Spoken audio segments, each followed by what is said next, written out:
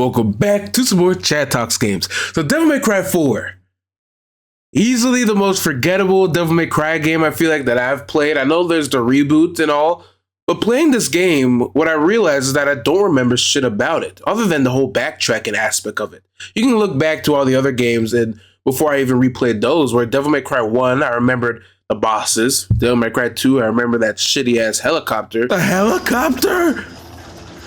No! And even Devil May Cry 3, I remember Lady's sensational story. I just think Devil May Cry 4 has none of that. And I think it just kind of just goes to the wayside in a way. And it sucks because you're introducing a whole new character as well. Like Nero as a character, he's ass, you know? Nero as a character is not that good of a character, to be honest. But like, I think just the game kind of just doesn't do him anything, to be honest, you know? I think mostly with this game, I like the premise of it, with it being like the church and the holiness, like praising Sparta and wanting to like save or like cure the world of the darkness in a way, or like the demons in a way. But I just think that like the actual missions are just like ass, you know? Where like to start off the game, Dante kills the holiness, yes, but then we playing as Nero, we have to chase over Dante. And just believe, if I do have to get to some highlights about this game, playing as Nero is almost damn near better as playing as Dante. There's something about him being so brutal and so like you can feel the weight in everything he does. Even with his devil arm, freaking being able to just do a whole like punching like sequence with any sort of enemy. I think that's something that's freaking really nice, and it really counteracts with like, especially Dante and Virgil, with Dante just being like unpredictable and Virgil just being so calm and in his own way. I like that Nero is a bit of a brutal type person, but I think that's the only positive thing, to be honest. To really go into like Nero's character here, I think Nero as a character kind of just sucks, to be honest. And I don't remember how his character is in Devil May Cry 5. I know I do remember him getting a lot more development in his character. But I think in Devil May Cry 4, especially the introduction of him, he seemed like he got the swagger, you know, he got the headphones on, listened to No Surrender, you know, banger song. But I just think like him as a character kind of just like a yeller, you know? And Johnny Young Botch, I hope I did not mispronounce that. His voice actor, the same person who does like Ichigo and Lelouch, he can yell. He can yell, you know? But I just think like Nero just being just the person who just yells all the time, it's kind of just like ass. It's like, this is like Nero as a character, like yell, yell, yell, yell, yell.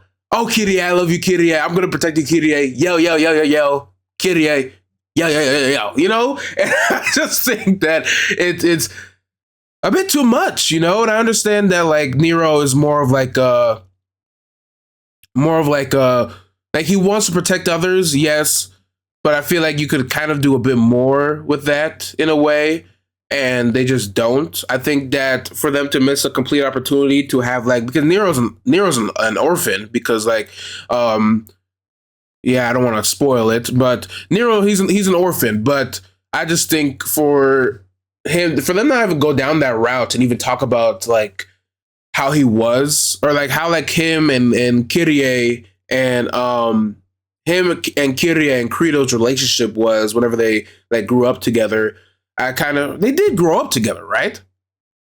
There's just like no backstory in this game that kind of just makes it be like they grew up together, right? They had to have, but I just think they don't really do much for him, unfortunately, and it sucks because like this is supposed to be like a new phase of the franchise, and like it just feels like whatever. I think another thing that I really just don't like is the bosses that are ass. I think the bosses here are by far like probably the worst selection of bosses. Realistically, I think all the bosses here, I think if we have to really put it on a tier list, I think every single boss here is probably like D tier with a little bit of C and maybe a B out of fighting Kratos.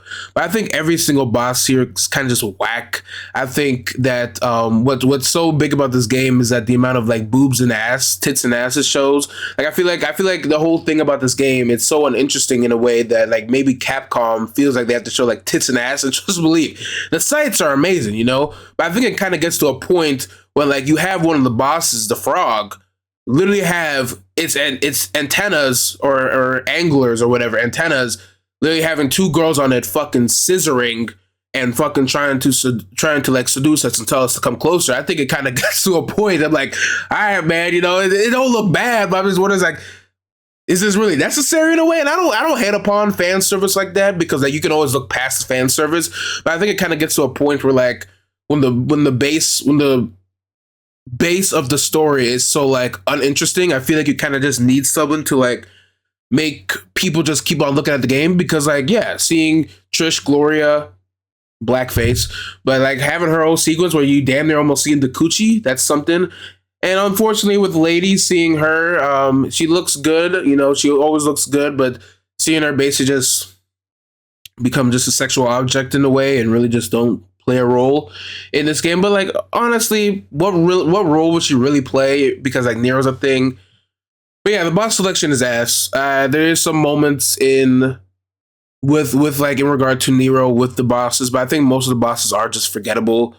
It's kind of unfortunate, to be honest. I just don't think there's no sort of boss that is great in any way. Even whenever like the final boss wasn't even great, to be honest. I was having such a hard time, like, what the fuck am I actually doing?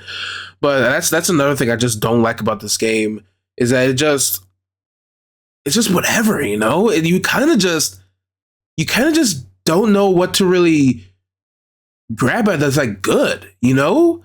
And then another thing that sucks is that, like, yeah, whenever the whole Dante plot, yeah, freaking Nero through like fucking 11 chapters in, not even 11 chapters, I think it's like probably 8 chapters or so, like you're going through and doing all this stuff. And yes, you do have the devil, or like his devil arm, and also the traversal stuff. The puzzles ain't really that bad either. They're kind of all right.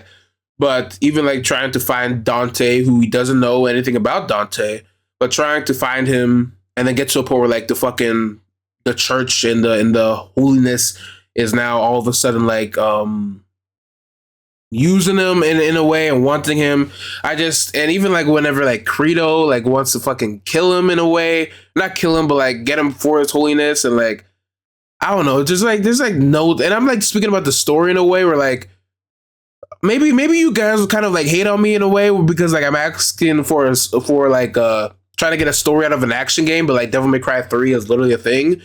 But like, yeah, anyway, playing as Dante, I think this is probably like the worst selection of weapons Dante can have, to be honest. I think all of them, besides Rebellion, and sure there's a bit of Gilgamesh that's all right, but I think like all of them is kind of just, I don't know, to be honest. I think the thing that I remembered vividly about this game is the backtracking with Dante and how that fucking just sucks. It's crazy to think that like Dante when you play as Dante, you have to go through the exact same fucking path as Nero to do everything. And I understand he has to close up the gates and do that whole thing, but it just doesn't make sense where you could have just done a whole different path. The one different thing they decided to do is that fucking stupid ass forest where you literally had to pull up a guide. I'm like, this is some of the dumbest shit ever.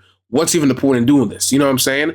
And other than that, I just think to fight the same bosses too is fucking crazy even more. You know, I don't understand why we have to fight the same bosses.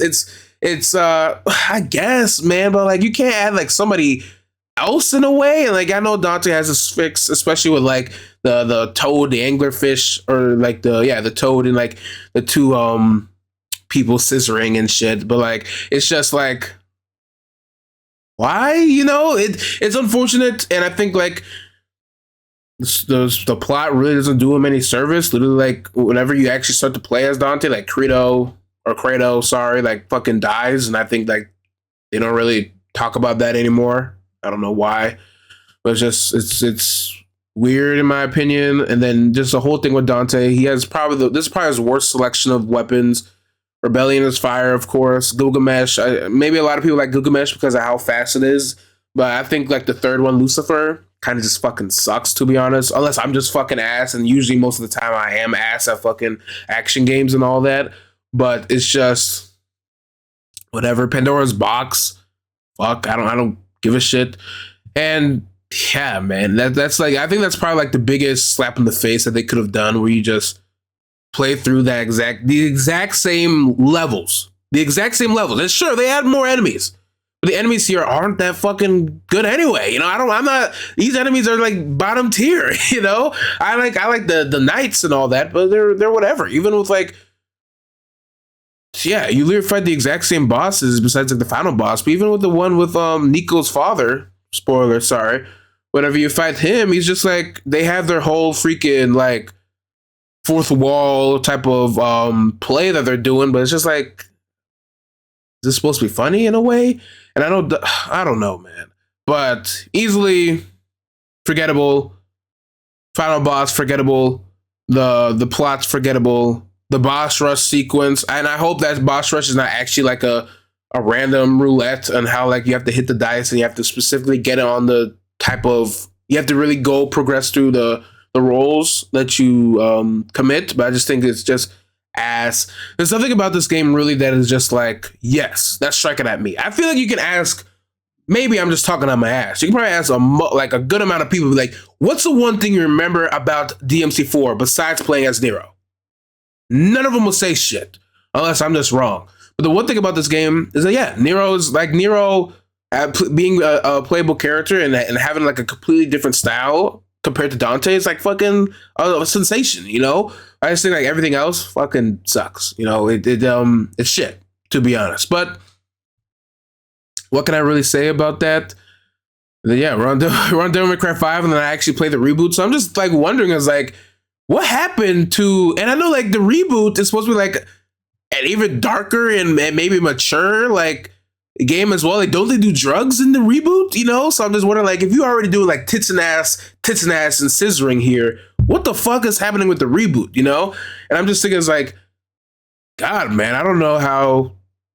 I never played the reboot, and we'll see how I just feel about that. But I'm just wondering, like, what truly, like, did this game just not sell that well? Did Devil May Cry 4 not sell well or something, and they just decided to just reboot the game or the franchise as a whole? Like, what are you trying to do? But yeah, man, it's whatever. But I'm not. At least I got to replay it, so I can just at least have it for Chaddy Talks Games. But as for Chaddy Talks Games, man, if you do feel anything different from what I've said about Devil May Cry 4, please say it if you want to. If not, that's okay as well. But yeah, I'm just wondering. I'm just looking back. I was like, yeah, this is like Devil May Cry. Yeah, it was like probably my top.